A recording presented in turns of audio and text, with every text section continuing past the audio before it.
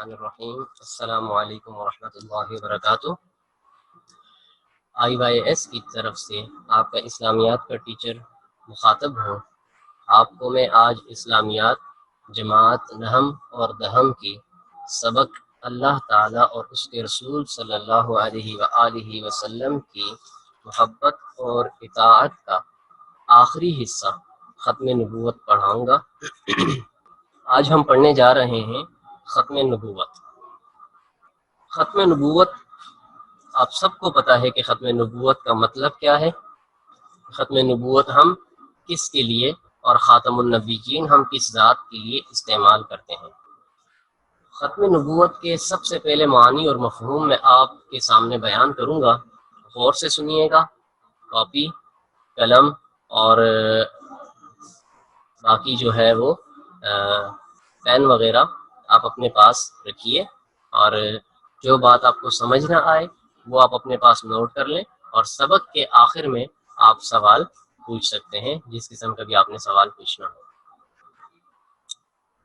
عزیز طلباء و طالبات، حضرت آدم علیہ السلام سے شروع ہونے والے سلسلہ نبوت کے حضرت محمد صلی اللہ علیہ وآلہ وسلم پر ختم اور مکمل ہونے کو ختم نبوت کہا جاتا ہے۔ جو سلسلہ نبوت، پیغمبر اور رسالت کا جو سلسلہ اللہ تعالیٰ نے حضرت آدم علیہ السلام سے شروع فرمایا تھا، اسے حضرت محمد مصطفیٰ احمد مجتبیٰ صلی اللہ علیہ وآلہ وسلم پر ختم اور مکمل فرما دیا۔ اس کو ختم نبوت کہا جاتا ہے۔ آپ صلی اللہ علیہ وسلم پر چونکہ اس سلسلے کو ختم کیا تو مطلب آپ نبیوں کے سلسلے کو ختم کرنے والے ہوئے، اسی لیے آپ کو خاتم النبیین کہا جاتا ہے۔ یہ بات یاد رکھیں کہ آپ صلی اللہ علیہ وآلہ وسلم اللہ تعالیٰ کے آخری نبی ہیں۔ آپ صلی اللہ علیہ وآلہ وسلم کے بعد کسی نبی نے نہیں آنا۔ اگر آپ صلی اللہ علیہ وآلہ وسلم کے بعد کوئی نبی یا رسول ہونے کا دعویٰ کرتا ہے تو وہ جھوٹا اور کذاب ہے۔ ایسے انسان کی نہ تو بات ماننے کی اسلام میں کوئی گنجائش ہے، اور نہ ہی ایسے بندے سے اس کے اس دعوے پر، چونکہ وہ جو نبوت کا دعویٰ کرتا ہے کہ میں اللہ کی طرف سے بھیجا ہوا آپ کی طرف نبی ہوں، آپ لوگوں کی ہدایت کے لیے آیا ہوں، یہ جھوٹا دعویٰ ہے۔ اس پر علماء کہتے ہیں کہ اس سے دلیل طلب کرنا، دلیل مانگنا کہ ہاں تم نبی ہو، تمہارے پاس کیا ثبوت اور کیا دلیل ہے، وہ کہتے ہیں یہ بھی جائز نہیں ہے، کیونکہ دلیل طلب کرنے، دلیل اس وقت مانگی جاتی ہے جب کسی چیز میں کوئی شک ہو اور کسی چیز کے ہونے کا کوئی احتمال اور کوئی چانس ہو کہ ہاں یوں ہو سکتا ہے۔ اگر آپ کے پاس کوئی ایویڈنس ہے، کوئی دلیل ہے، کوئی ثبوت ہے تو آپ دکھا دیں۔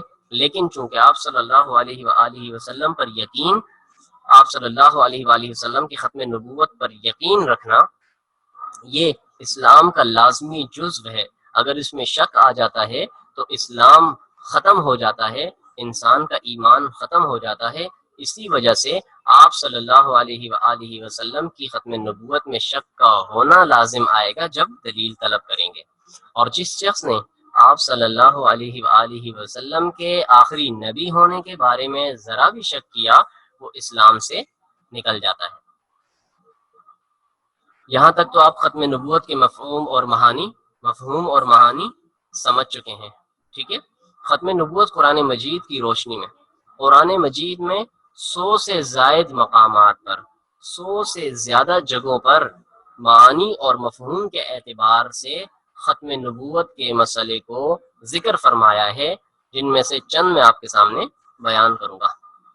پہلی آیت کیا ہے؟ اللہ رب العزت نے قرآن مجید میں ارشاد فرما دیا، ما کان محمد ابا احد من رجالکم ولکن رسول اللہ وخاتم النبیین۔ محمد تم مردوں میں سے کسی کے باپ نہیں ہیں۔ کیوں نہیں ہے؟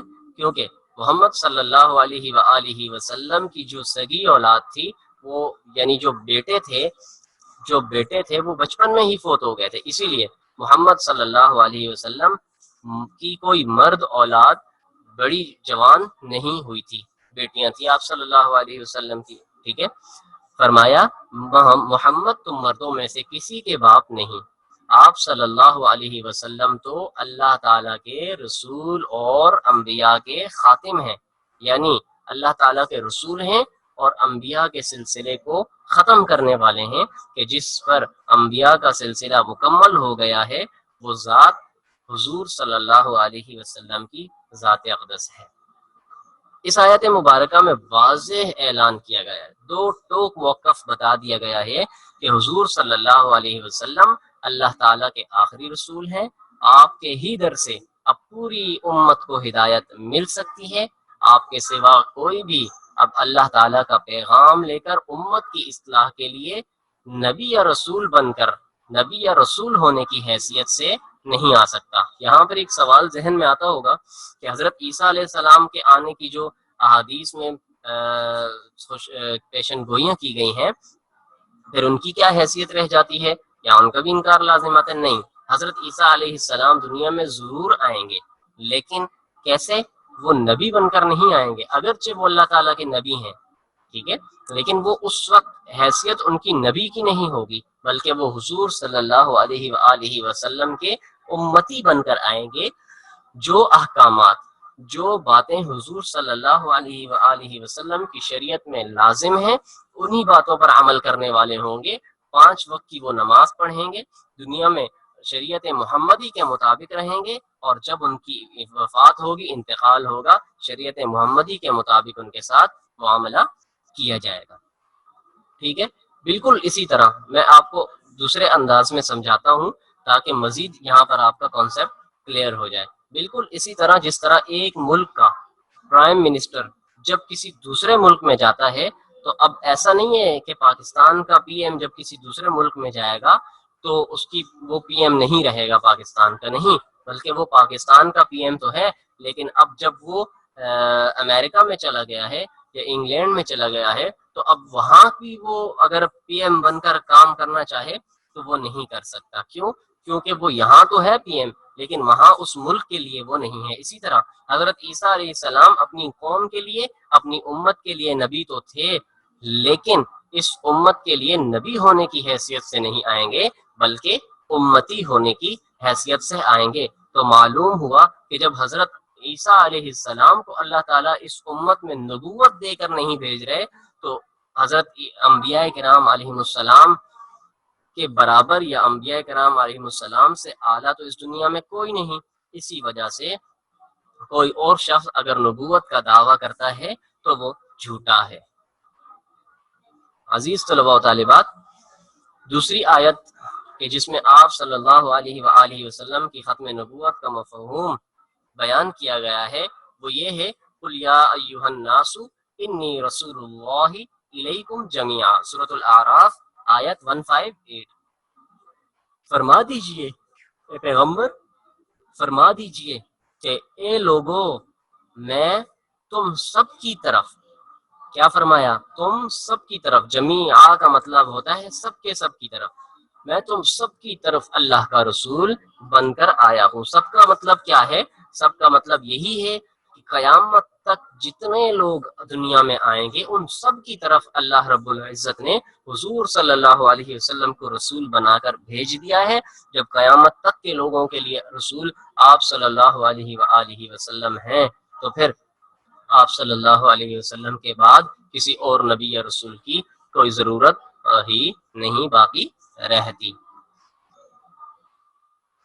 اچھا جی، اس آیت مبارکہ میں بھی اس بات کو بیان کیا گیا ہے کہ آپ صلی اللہ علیہ وآلہ وسلم سب کے لیے نبی بن کر آئے ہیں، قیامت تک تمام افراد کے لیے آپ صلی اللہ علیہ وآلہ وسلم نبی ہیں، اور آپ صلی اللہ علیہ وسلم کی تعلیمات قیامت تک کے انسانوں کے لیے ہے۔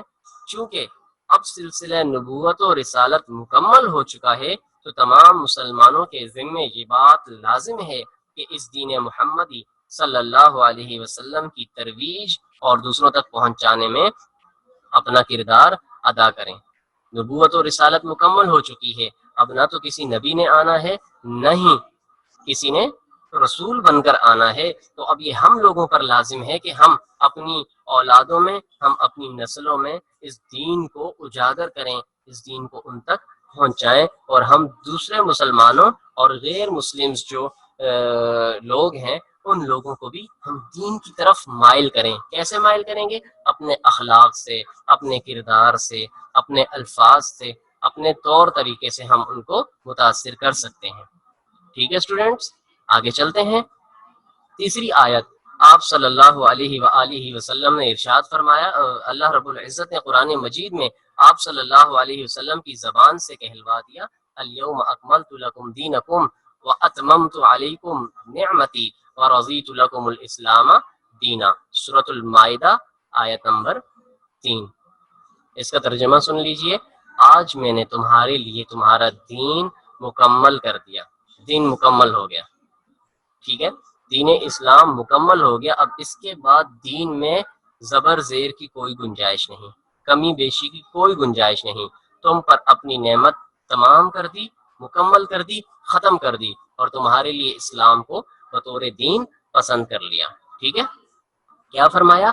آج میں نے تمہارے لیے تمہارا دین مکمل کر دیا، تم پر اپنی نعمت تمام کر دی، اور تمہارے لیے اسلام کو بطور دین پسند کر لیا۔ اتنے سارے انبیاء کو بھیجا، امت کو مختلف انہوں نے شریعتیں تھیں، مختلف ان میں اعمال تھے، مختلف ان میں افعال کرنے کے تھے۔ ٹھیک ہے، لیکن جب حضور صلی اللہ علیہ وآلہ وسلم کو بھیجا تو ان کی زبان سے یہ کہلوا دیا، حجۃ الوداع کے موقع پر یہ آیت نازل فرما دی کہ آج دین مکمل ہو گیا، اب اس کے بعد نہ تو کوئی دین آئے گا، نہ کوئی رسول آئے گا، نہ ہی اس کے بعد کسی در کو ایسا در بنایا جائے گا کہ وہاں سے اب انسانوں کو ہدایت ملے، کیونکہ در رسول صلی اللہ علیہ وآلہ وسلم آخری در تھا۔ حضرت محمد مصطفیٰ احمد مجتبیٰ صلی اللہ علیہ وسلم کا ہی آخری وہ در تھا کہ جہاں سے مسلمانوں کو ہدایت کی روشنی مل سکتی تھی۔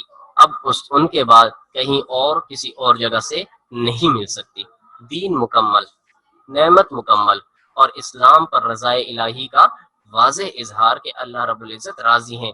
رسول اکرم صلی اللہ علیہ وسلم کے آخری نبی اور رسول ہونے کا اعلان ہے کہ اب کسی اور نبی کی ضرورت نہیں رہی، اب کسی اور نبی کی ضرورت نہیں ہے، دین مکمل ہو گیا، اسلام مکمل ہو گیا، اب کوئی اور نبی نہ تو آئے گا اور نہ ہی ضرورت ہے۔ کیا ضرورت پڑی جب اسلام مکمل ہو گیا؟ جب ایک کام مکمل ہو جاتا ہے، آپ کا ایک پروجیکٹ مکمل ہو جاتا ہے، تو آپ نیو جو ہے وہ اسٹاف کو کیوں ہائر کریں گے؟ اسی کام کے لیے کیوں اور بندوں کو بلائیں گے؟ جب آپ کا ایک مکان تعمیر ہو چکا ہے تو آپ نئے مستریوں کو کیوں لگوائیں گے کہ ہم نے یہ کام کروانا ہے؟ جب ہم وہاں پر یہ کام نہیں کرتے تو دین محمدی جب مکمل ہو گیا تو اللہ رب العزت کسی اور نبی یا رسول کو کیوں بھیجیں گے؟ کیا چیز دے کر بھیجیں گے؟ کوئی تبدیلی اب قیامت تک اس شریعت میں نہیں آ سکتی، کیونکہ کوئی رسول نہیں آ سکتا۔ اگر کوئی رسول ہونے کا دعویٰ کرتا ہے تو وہ جھوٹ کہتا ہے۔ یہ ہمیں احادیث اور قرآن مجید سے یہ بات ثابت اور واضح ہوتی ہے۔ اب اسوہ رسول صلی اللہ علیہ وآلہ وسلم، آپ صلی اللہ علیہ وسلم دنیا سے تشریف لے گئے۔ اسٹوڈینٹس، میری بات آپ لوگوں کو سمجھ آ رہی ہے تو ریز ہینڈ کریں۔ آپ صلی اللہ علیہ وآلہ وسلم دنیا سے تشریف لے گئے، دنیا سے جا چکے ہیں۔ آپ صلی اللہ علیہ وآلہ وسلم کے بعد کسی نبی نے نہیں آنا۔ ٹھیک ہے، اب ہم اگر یہ بات کہتے ہیں کہ آپ صلی اللہ علیہ وسلم کے بعد تو کسی نبی نے نہیں آنا، تو اب ہمیں ہدایت کہاں سے ملے گی؟ تو آپ علیہ السلام نے قرآن مجید چھوڑا، آپ صلی اللہ علیہ وسلم نے اپنی ذات کے جو اوصاف تھے، اپنی ذات کے جو معاملات تھے وہ کتابوں میں چھوڑ دیا، ہمیں ان کو لینا ہے تو ہم کامیاب ہو جائیں گے۔ یہ انسانیت کے لیے شرف بھی ہے۔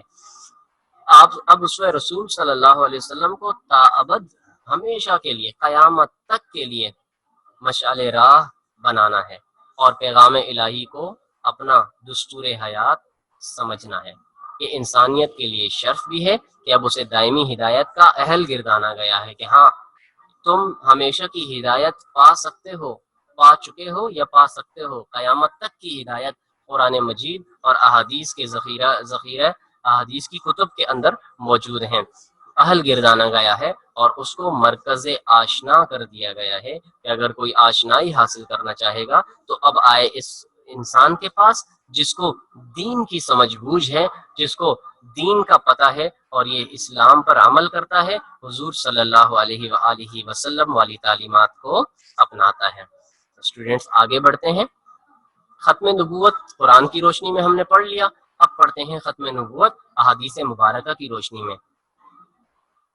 چونکہ ختم نبوت کا معاملہ ہمارے عقیدے کا مسئلہ ہے کہ ہم مسلمان کہلاتے ہی تب ہیں جب حضور صلی اللہ علیہ وآلہ وسلم کو خاتم النبیین مانتے ہیں۔ یہی پاکستان کا آئین بھی کہتا ہے، یہی اسلام اور شریعت بھی کہتی ہے۔ ختم نبوت احادیث مبارکہ کی روشنی میں حضور صلی اللہ علیہ وآلہ وسلم نے ارشاد فرمایا، بڑا مشہور ارشاد ہے آپ صلی اللہ علیہ وآلہ وسلم کا، انا خاتم النبیین لا نبی بعدی، کہ میں نبیوں کے سلسلے کو ختم کرنے والا ہوں۔ میں نبیوں کے سلسلے کو، میں نبیوں کو یعنی نبیوں کے سلسلے کو ختم کرنے والا ہوں، میرے بعد کوئی نبی نہیں ہوگا۔ کس نے کہہ دیا؟ جو آخری نبی تھے انہوں نے بتا دیا۔ آپ تو رات اٹھا کے دیکھیں، زبور کھول کے دیکھیں، انجیل کھول کے دیکھیں، ٹھیک ہے، ان تمام کتابوں میں آپ کو حضور صلی اللہ علیہ وسلم کی آنے کی بشارت ملے گی، ٹھیک ہے۔ من بعد اسمہ احمد، کے بعد میں ایسے نبی آئیں گے جن کا نام احمد ہوگا، ٹھیک ہے۔ یہ قرآن مجید کی آیات میں بھی یہ لکھا ہے کہ تورات زبور وغیرہ میں یہ باتیں بتا دی گئی تھیں، ٹھیک ہے، یہ باتیں بتا دی گئی تھی کہ نبی آئیں گے، ان کا نام احمد ہوگا، محمد ہوگا، وہ یہ کریں گے، وہ دین کی تعلیم دیں گے۔ لیکن قرآن مجید میں کیا فرما دیا؟ اب بس، اب کوئی نبی نہیں آئے گا، خاتم النبیین، ٹھیک ہے، ولیکن رسول اللہ و خاتم النبیین، کہ خاتم النبیین کون ہیں؟ حضور صلی اللہ علیہ وسلم۔ اور آپ صلی اللہ علیہ وسلم نے اس حدیث مبارکہ میں بھی فرما دیا، انا خاتم النبیین لا نبی بعدی، کہ میں نبیوں کے سلسلے کو ختم کرنے والا ہوں، میرے بعد کوئی نبی، کوئی رسول نہیں آئے گا۔ اس حدیث مبارکہ میں آپ صلی اللہ علیہ وآلہ وسلم نے واضح طور پر یہ فرما دیا کہ نبوت کا سلسلہ آپ صلی اللہ علیہ وسلم پر پایہ تکمیل کو پہنچ چکا ہے، یعنی پایہ تکمیل کو پہنچ چکا ہے، یعنی ختم ہونے کی حد کو پہنچ چکا ہے۔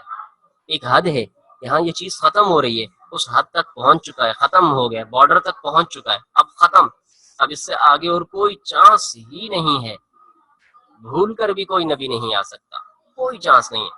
آپ صلی اللہ علیہ وسلم کے بعد کسی نبی نے کے آنے کا کوئی تصور سوچا بھی نہیں جا سکتا کہ کوئی نبی آئے گا۔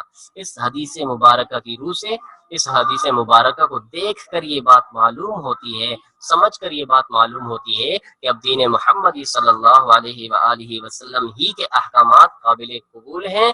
اگر کوئی کذاب دعویٰ کرے کہ وہ نبی ہے اور وہ اللہ تعالیٰ کی طرف سے اس پر وہی نازل ہوتی ہے، اس بات کا دعویٰ کرے تو اس کا انکار کیا جائے گا، اس کی بات کو تسلیم نہیں کیا جائے گا، اور پاکستان کی عدالت اور پاکستان کے آئین کی روح سے اس بندے کو عدالت میں لے جایا جائے گا، اور عدالت اس کو اپنے آئین کے حساب سے سزا بھی دے گی، ٹھیک ہے۔ تو اب کوئی نبی نہیں آئے گا اور اس بات کو تسلیم نہیں کیا جائے گا۔ حضور صلی اللہ علیہ وآلہ وسلم نے خود ہی پیشن گوئی فرمائی تھی۔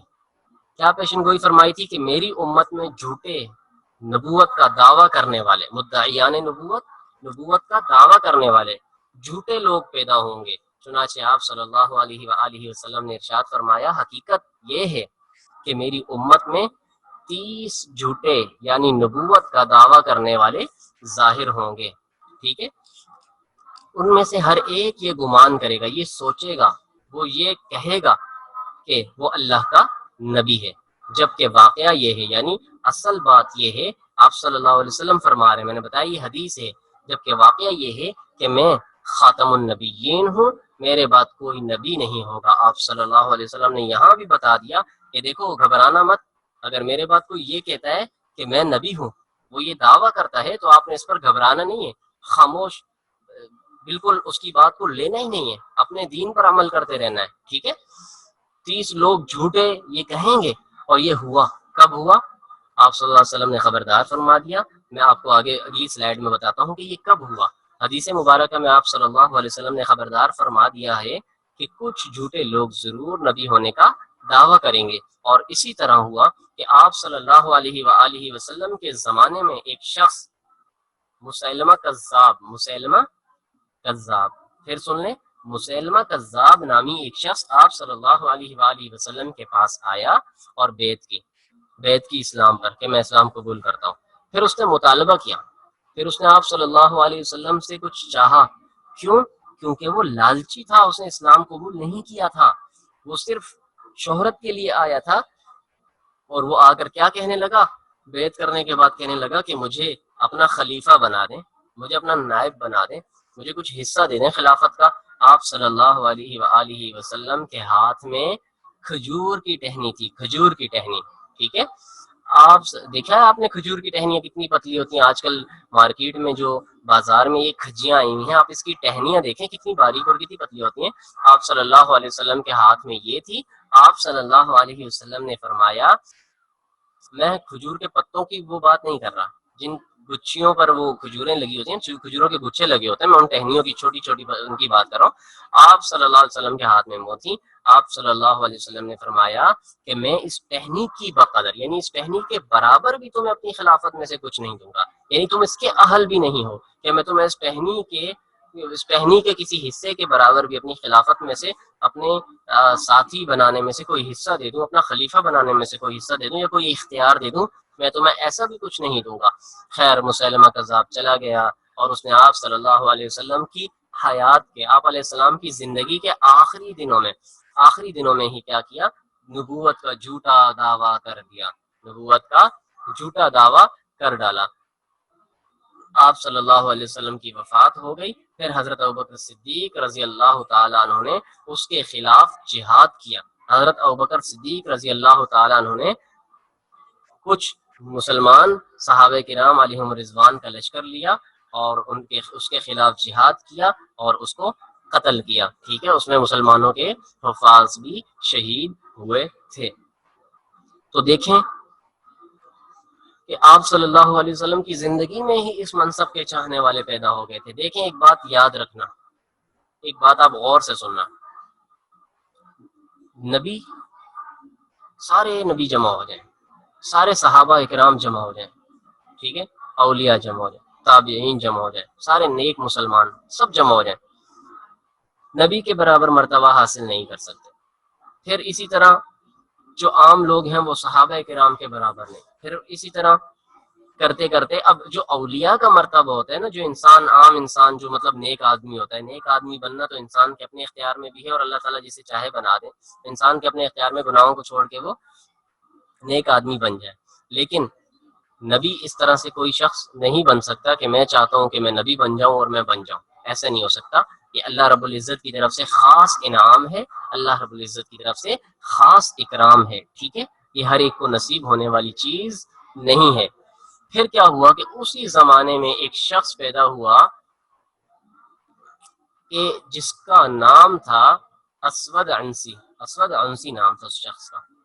اس نے نبوت کا دعویٰ کیا. وہ جادو وغیرہ بھی جانتا تھا، کوئی وہ فریب وغیرہ بھی کرتا تھا، لوگوں کو وہ کرتب دکھاتا تھا، وہ لوگوں کو اپنے جادو کا کرشمہ دکھاتا تھا اور کرشمہ دکھا کر وہ لوگوں کو کیا کرتا تھا؟ متاثر کرتا تھا کہ دیکھ لو میں نبی ہوں، میں یہ کر سکتا ہوں، میں یہ کر سکتا ہوں، میں میرے اس طرح سے فرشتے آتے ہیں، یہ وہ. حضرت دحیہ کلبی رضی اللہ عنہ نے اس کو قتل کیا اور اس فتنے کا خاتمہ بھی حضرت دحیہ کلبی رضی اللہ تعالیٰ عنہ نے فرمایا. اسی طرح اور لوگ بھی تھے جو نبوت کے دعوے کرتے رہے، تباہ ہوتے رہے.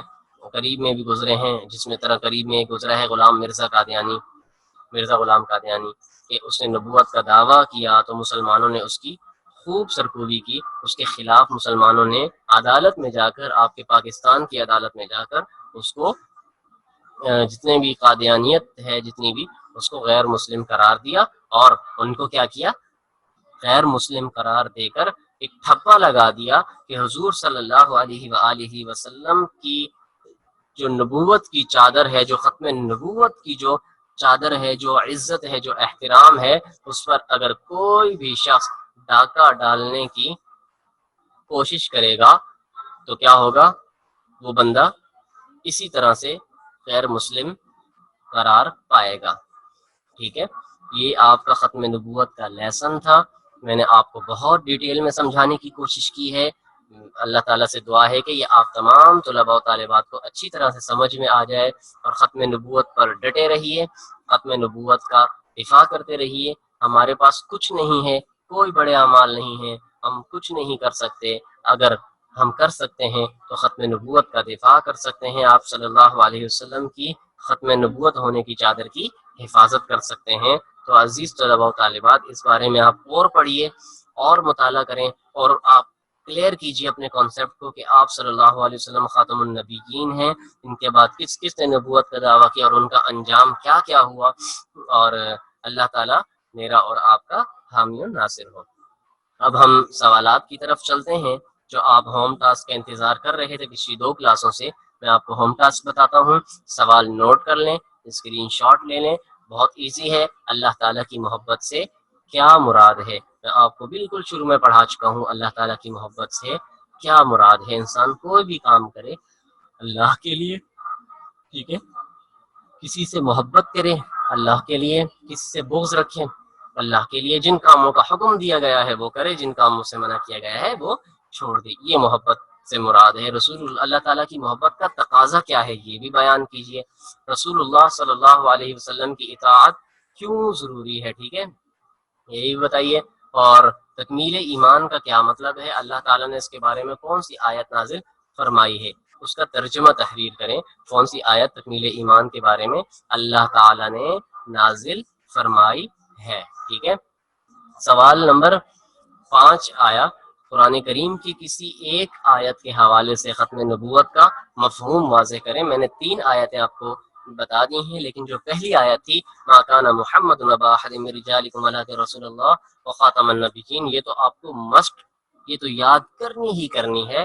اس کے علاوہ جو 2 آیتیں ہیں، حضور صلی اللہ علیہ وسلم نے ہمارے لیے اتنا کچھ کیا، اتنی قربانیاں دیں، طائف میں پتھر کھائے، تو ہمیں چاہیے کہ ہم حضور صلی اللہ علیہ وسلم کی ختم نبوت کی خاطر اور ان کی محبت میں بھی ان آیات کو اور کم از کم ان کے ترجمے کو بما حوالہ ہم یاد کریں۔ رسول اللہ صلی اللہ علیہ وسلم سے محبت اور اطاعت قرآنی آیات اور احادیث کے حوالے سے ثابت کیجیے۔ تفصیلی طور پر آپ نے ان سوالات کے جوابات لکھنے ہیں، اور اللہ تعالیٰ ہم سب کا حامی و ناصر ہو۔ آج کا سبق یہیں ختم ہو جاتا ہے، یہ آپ کی آخری کلاس تھی آن لائن سیشن کی۔ اپنا خیال رکھیے گا، بہت اچھے سے تیاری کیجیے گا، جو آپ کو ٹائم مل رہا ہے اس میں اپنی کاپی لکھیے، کاپی لکھیں گے تو آپ کا ایک ریویژن بھی ہوگا وہ، اور کاپی کمپلیٹ کر کے اللہ تعالیٰ خیر و عافیت سے جب بھی اسکول کھلیں تو آپ کاپی کمپلیٹ کر کے آئیے گا۔ اللہ تعالیٰ آپ سب کا حامی و ناصر ہو۔ اللہ حافظ۔